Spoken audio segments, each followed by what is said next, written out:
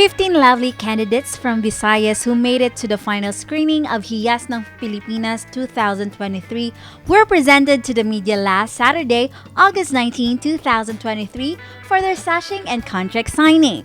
They were Leslie Jane Montesino, Sheila Quisaot, Tricia Marie Libres, Rafa Monica Fernandez, Amadine Bitoon, Isa Gayla Tonio, Jacqueline Rose Stoico, Jackie Fleming, Kathleen May Baticolon, Nina Blythe Bonel, Rona Janes Tamares, Irish Dilemma, May Angelica Marzuk, Mary Jolene Panogalinog, and Nicklin Grace Jensen. My name is Jacqueline Adorian Fleming. I am 22 years old and I'm very, very happy to be an official candidate. How do you feel about being the official candidate of 𝗪𝗧 ng Pilipinas? I am ecstatic.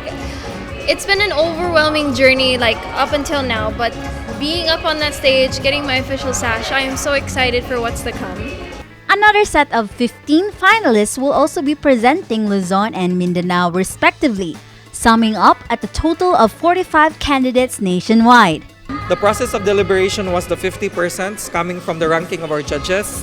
So their first 8 will automatically be without any debates coming from the officers, automatically is our official candidates. While the remaining half is coming from our director, Malaika Yamas in Visayas, and another 50% will go to the rest of the officers.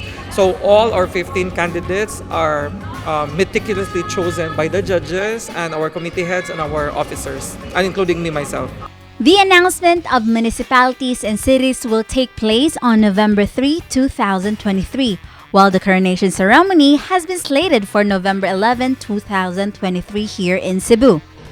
Aside from us doing the sashing and the screening from all over the Philippines, if girls, you have read our contract very carefully, we are the only organization that will pay our candidates if ever we violate the schedule.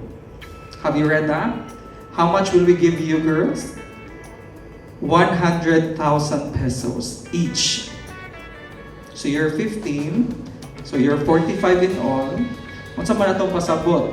If in the event that we change the date, because as early as now, we are announcing that the pageant duration will be on the 3rd of November up until, 3rd of November to the 12th, November 3 to 12 of 2023. No more, no less. National Director of 𝗪𝗧 ng Pilipinas is innate to me because maybe unknown to some, I am also one of the founders of 𝗪𝗧 ng Pilipinas.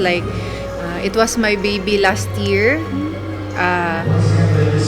We conceptualized the name from ground up, and then this year the new chairman is Sir Mike. The titles at stake are Miss Tourism, Miss Omninational, and Miss Summit International, with up to 1 million worth of prizes and an opportunity to represent the country in international competitions.